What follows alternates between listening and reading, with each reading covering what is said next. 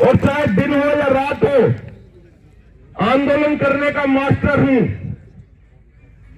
अगर आराम से चीजें नहीं मिलेंगी तो चक्का जाम करने की भी हिम्मत रखते हैं, रेल को रोकने की भी हिम्मत करते हैं, और सरकार आकर के यहां जबरदस्ती अगर बनाएगी तो उसको नहीं बनाने देंगे, उसकी भी हिम्मत आपके साथ मिलकर के कर सकते हैं। लेकिन आप घबराना नहीं साथियों, कोई भी आंदोलन होगा उसमें अर्थ भी लगता है। कोई ऐसे नहीं यहां दरी बिछी है, कोई ऐसे ही यहां टेंट नहीं लगा है, इसमें खर्चा होता है। मैं आपको सबके सामने कह करके जा रहा हूं, नील दमन खत्री की जेब में भी अगर दम है तो वो आपके लिए है। आप जब मुझे कहोगे हर प्रकार की मदद आपको मिलेगी। आप मुझे बोल देना ये जिम्मेदारी तेरी लगाई है हमने।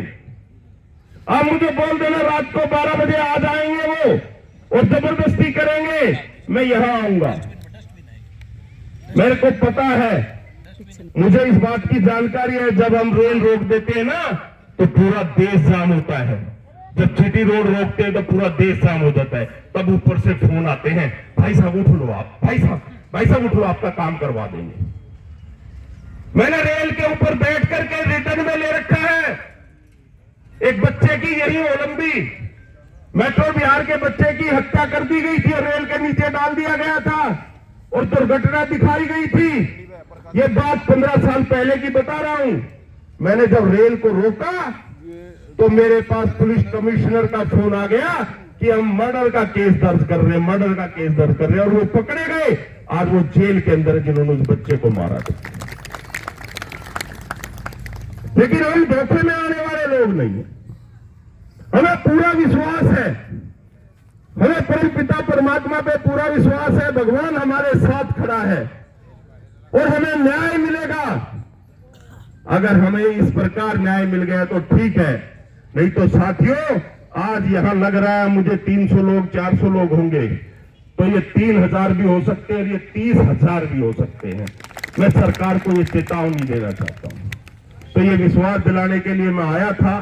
मैं आपके साथ कंधे से कंधा मिला करके खड़ा हूं और ये जो आंदोलन हो रहा है उसमें किसी प्रकार की कोई त्रुटि नहीं होनी चाहिए, कोई मतभेद नहीं होना चाहिए, कोई राजनीतिक बात नहीं होनी चाहिए। यह कोई राजनीतिक बात नहीं होनी चाहिए कि मुझे वोट दे देना, इनको वोट दे देना, इनको वोट दे देना। किसी को दो आप वोट आपका अधिकार है, लेकिन ये खत्ता हम सबका अधिकार है हटवाने का। खत्ता हम सबका अधिकार है हटवाने का। आपका मन किसी के साथ हो सकता है, आपका दिल किसी के साथ हो सकता है, बिल्कुल रहे, लेकिन इस खत्ते में हम सब साथ हैं। चाहे वो कांग्रेस वाले हैं, चाहे वो आम आदमी पार्टी वाले हैं, चाहे वो बहुजन समाज पार्टी वाले हैं, चाहे वो बीजेपी वाले हैं। इस आंदोलन में हम सब कंधे से कंधा मिला करके हम सब एक हैं और इस खत्ते को यहां नहीं बनने देंगे। ये विश्वास दिलाने के लिए मैं आपके बीच आया हूं। आप लोगों ने बुलाया और इतने ध्यान से आपने सुना, उसके लिए मैं आपका अभिनंदन करता हूं, धन्यवाद व्यक्त करता हूं। जय हिंद, जय भारत।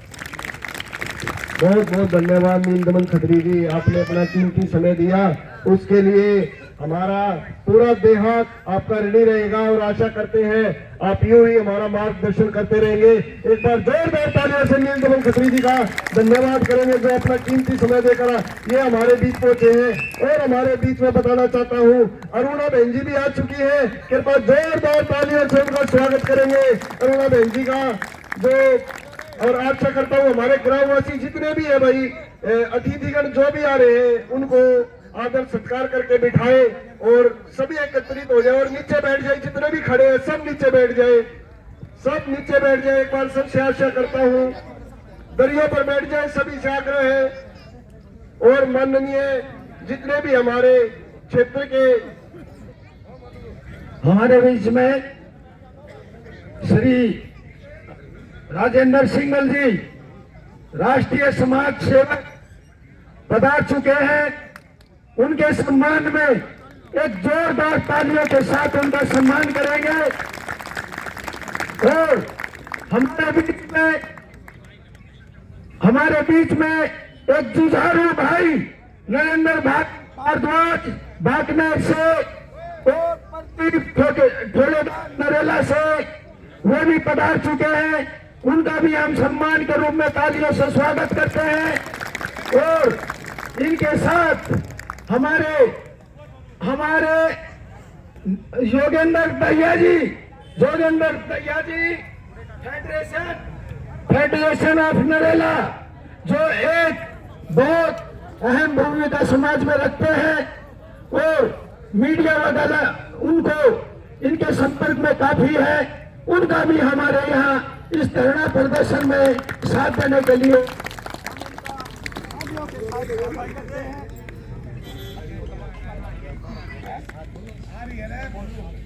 राइट। किसी को खालसी नहीं आवाज जाएगी बाग निर्ते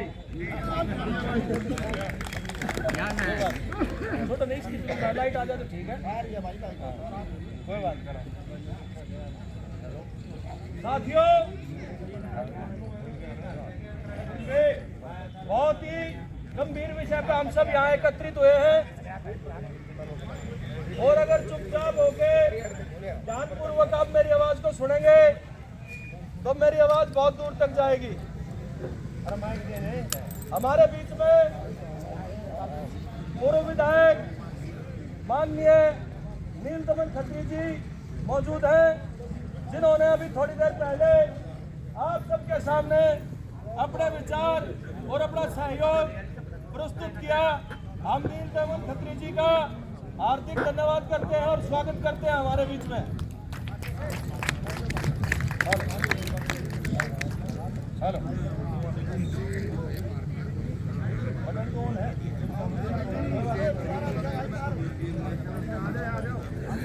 और हमारे बीच में हमारे बड़े भाई प्रदीप घोड़ेदार, आप सभी जैसे जानते हैं भाई को, बहुत ही भाई हमारे और हमेशा हमारे साथ खड़े रहे हैं। एक बार प्रदीप भाई के लिए जोरदार तालियां। आदरणीय राजेंद्र सिंह जी के लिए भी एक बार जोरदार तालियां। जोगेंद्र दहिया जी के लिए भी भाई। हमारी जानकी अरुणा जी हमारे बीच में है। अभी लाइट का थोड़ा विषय चल रहा है। हेलो, आगे लाइट। हेलो। हमारे बीच में जितने भी हमारे बाहर से अतिथि आ रहे हैं, हम सब का हाथ जोड़ के स्वागत करते हैं और आप सबका आशीर्वाद चाहते हैं। इस आंदोलन को सफल बनाएं। और सबसे बड़ी एक बात और है, आप सब ध्यान देंगे इस बात पे कि हमारे बीच में जो हमारी माता बहनें जो यहाँ पीछे बैठी पंडाल में, सोच सकते हैं जो लोग अपने घरों में बैठे हैं अब तक, उन्हें शर्म आनी चाहिए कि वो अपने घरों में बैठे हैं और हमारी माताएं बहनें हमारे साथ हैं। मैं हाथ जोड़ के अपनी माता बहनों को प्रणाम करता हूं कि आपने इतना सहयोग दिया माता जी। यही चीजें हिम्मत देती है इंसान को। इंसान अकेला अपने दम पे कुछ नहीं कर सकता, लेकिन जब उसकी माँ, बहन, बेटी जब उसके साथ खड़ी हो ना, तो हमें बड़ा फक्र होता है और हमें हिम्मत मिलती है। माता जी, एक बार माता बहनों के लिए जोरदार तालियां बजा दे भाई। ये सारा घर का काम निपटा के भी आई है, तड़के इनने पकड़ते उठ के सारा काम भी करा होगा, कुछ काम रह गए होंगे, उसके बावजूद भी घर को छोड़ के यहाँ हमारे कंधे से कंधा मिलाने के लिए हमारे साथ खड़ी है भाई। और मैं बहुत आभारी हूं और इनकी शक्ति से प्रेरणा लेते हुए मैं इस आंदोलन में आप सबके साथ हूं और हमेशा साथ रहूंगा। अब मैं आग्रह करूंगा अपने बड़े भाई प्रदीप घोड़ेदार जी से, एक बार यहां आए और हमें संबोधित करें और अपने विचार प्रस्तुत करें। प्रदीप घोड़ेदार, तालियां भाई। बहुत बहुत धन्यवाद मेरे लाडले भाई। इस पंडाल में मेरे बुजुर्गों, नौजवान साथियों और मेरी मातृशक्ति, आप सभी को हाथ जोड़कर नमन। देखो जी, ज्यादा भाषणबाजी तो हमने इतना आता नहीं, पर लेकिन अपने भाइयों के साथ कंधे से कंधा मिलाकर चलना जरूर आता है। अपने भाइयों के साथ हम तहे दिल से खड़े हैं। आज जो ये विषय है ये बहुत गंभीर है। क्योंकि ये एक गांव को नहीं, अभी तुम्हारे जो है कम से कम भी 20-30 गांव ने जो है ना एक मतलब बर्बादी की कगार पर लाने वाला काम जो है सरकार कर रही है। और मैं एक मीडिया के माध्यम से भी और जो भाई सोशल मीडिया चलाते हैं उनके माध्यम से भी उस सरकार को एक चेतावनी देना चाहते हैं, भाई अगर मान जाओ जो जित खत्ता पड़ा है, जित काम होने लग रहा है उसमें पूरे रहने दो भाई। हमारे परिवारों को अगर बर्बाद करने का काम करोगे तो कैसे हम भी नहीं छोड़ेंगे। बहुत बढ़िया भाई। जैसे भाई ने बताया, नील दमन जी ने, भाई रोड जाम भी करने आए हैं, तो हमारे परिवार के ऊपर कोई बात आ जाएगी तो हम सारे काम करने जाना है, हमें हर चीज का पता है, कौन सी चीज करे तो कौन सा बटन दबे तो कौन सा काम हो है।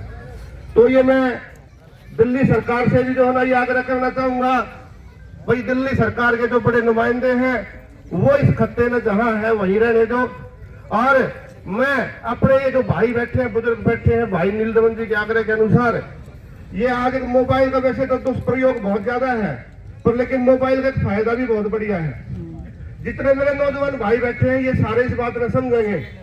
आज हम अपनी बात लाइव सरकार तक पहुंचा सकते हैं अपने लाइव फोन से, और हम सरकार को धमकाने का भी काम कर सकते हैं। भैया तुम मान जाओ, हमने बर्बाद मत करो, अगर हमने बर्बाद करोगे तो छोड़ेंगे तो हमने भी नहीं भाई। तो ये मेरे नौजवान भाई अपनी लाइव डिबेट दे सकते हैं, और यहाँ मीडिया को बुला कभी इस काम में कर सके हैं। तो मेरे बुजुर्गों, मेरे भाइयों, नौजवान साथियों, ये पता 2-400 की संख्या है, 2-4 हजार की भी संख्या होगी, काम सारे होंगे। मीडिया के द्वारा इस बात में स्थान को सुन लो। ये जितने भी राजनीति वाले भाई हमारे बैठे हैं, ये बड़े पदाधिकारी बैठे हैं, जैसे नील दमन जी बैठे, हमारी बहन अरुणा जी आई है, राजेंद्र सिंगल जी बैठे हैं, ये हमारी बात को बहुत ऊपर तक पहुंचा सकते हैं। तो मैं तो फिलहाल तो इन्हीं से आग्रह कर रहे हैं कि इस बात को ऊपर तक पहुंचाओ और हमारे इस ग्रामीण देहात को बचाओ।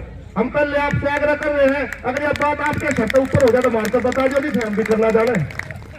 तो मेरे नौजवान साथियों, मैं तो ज्यादा क्या कहूँ भाई, सारे एक तो एक कोई हीरे बैठे हैं, अपनी बात ज्यादा बढ़ा चढ़ा कर बताओ अच्छा नहीं लगता, पर फिर भी इतनी बात जरूर कहेंगे, अब भाई मेरे दिल्ली के हाथ पर हमारे ग्रामीण क्षेत्र पर कोई आज आओगी तो भाई मरण कट्टर तो हम पछे को जाते। आप लोगों ने इतना जानते सुना जी, भाई मैं किस लायक कि अगर मेरा परिवार है, मेरा गांव देहात, अगर मैंने किसी लायक समझता और मेरी कितना जरूरत पड़े मैं आधी रात अपने भाइयों के साथ खड़ा हूँ। धन्यवाद जी, जय हिंद, जय भारत। हम धन्यवाद करते हैं समस्त ग्रामवासियों की तरफ से, उन्होंने अच्छे विचार रखे, उनका सम्मान करते हैं। और हमारे बीच में जो बाहर से जितने भी सम्मानित सदस्य आ चुके हैं, हम उनका पुनः तालियों के साथ एक बहुत बड़ा सम्मान देना चाहते हैं। अगर जो हमारी वाणी से को वंचित रह जाता है तो वो महसूस ना करे, इसलिए सामूहिक रूप से हम उनका पुनः सम्मान करते हैं। अब हमारे बीच में हमारे बीच में विजय भारद्वाज जी भी आ चुके हैं, उनके भी हम ग्रामवासियों की तरफ से तालियां बजाकर स्वागत करते हैं। और मीडिया की तरफ से अनिल जी आ चुके हैं, कृपया उनका भी स्वागत करते हैं। मीडिया ही एक ऐसी चीज है जो हमारी बात को जो है बिल्कुल पॉइंट टू पॉइंट जो है वहां पहुंचाएंगी, हम उनके प्रति अपेक्षा भी रखते हैं। हमारे बीच में सरदार राजेंद्र सिंह आ चुके हैं, उनका भी स्वागत करते हैं। मोहित गुप्ता जी नरेला से आ चुके हैं, उनका भी हम सम्मान करते हैं। अब हम अनुरोध करते हैं एक समाज सेवी जिनकी पहचान एक गौ रक्षा के रूप में, एक विशाल रूप से, एक राष्ट्रीय लेवल पर बहुत ही हमारे भारत देश के लिए एक गौरव का विषय है कि गौ का रक्षा करने वाले समाज सेवी श्री राजेंद्र सिंगल जी हमारे बीच में अब अपने विचार रखने जा रहे हैं। उनके सम्मान में जोरदार तालियों के साथ उनका सम्मान करेंगे और उनके विचार ध्यानपूर्वक सुनेंगे। मेरी आपसे सबसे निवेदन है, हाथ जोड़ के विनती है, जितने भी ग्रामवासी हमारे हमारे खड़े हैं। मेरा भाइयों से अनुरोध है, बार बार अनुरोध है, मेरे अनुरोध को मत ठुकराओ भाई। ये दर्द है, ये सीने में दर्द है, दर्द का मर्द होता है। प्लीज आप साइड में बैठ जाइए और जिससे कि एक व्यवस्था अच्छी लगे। मेरा बार बार अनुरोध है, जो भाई खड़े हैं वो साइड में आ जाए और हमारे एक बहुत महान हस्ती के विचार सुनेंगे, उनको ध्यानपूर्वक से अंतपूर्वक सुनने की कोशिश करें। राजेंद्र सिंगल जी। प्रमोद इधर से कर देना, मेरी वीडियो बन जाएगी। इन्हें याद खड़ा कर। भारत माता की, भारत माता की।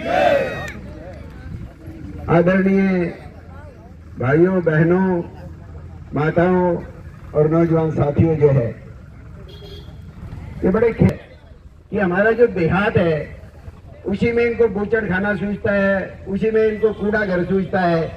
ये क्या मखौल है देहात के साथ, ये समझ से परे की बात है। ये सबसे पहले ये है, मैंने जब मास्टर प्लान बनने लगा तो सुझाव जोन आप बनाते हैं मास्टर प्लान में, जहाँ का कूड़ा है उसको वहीं डिस्पोजल कर दो, उसको वहीं साफ सुथरा करके जो भी आपने उसको अलग अलग करना है, सेग्रीगेट करना है, उसको वहीं करिए।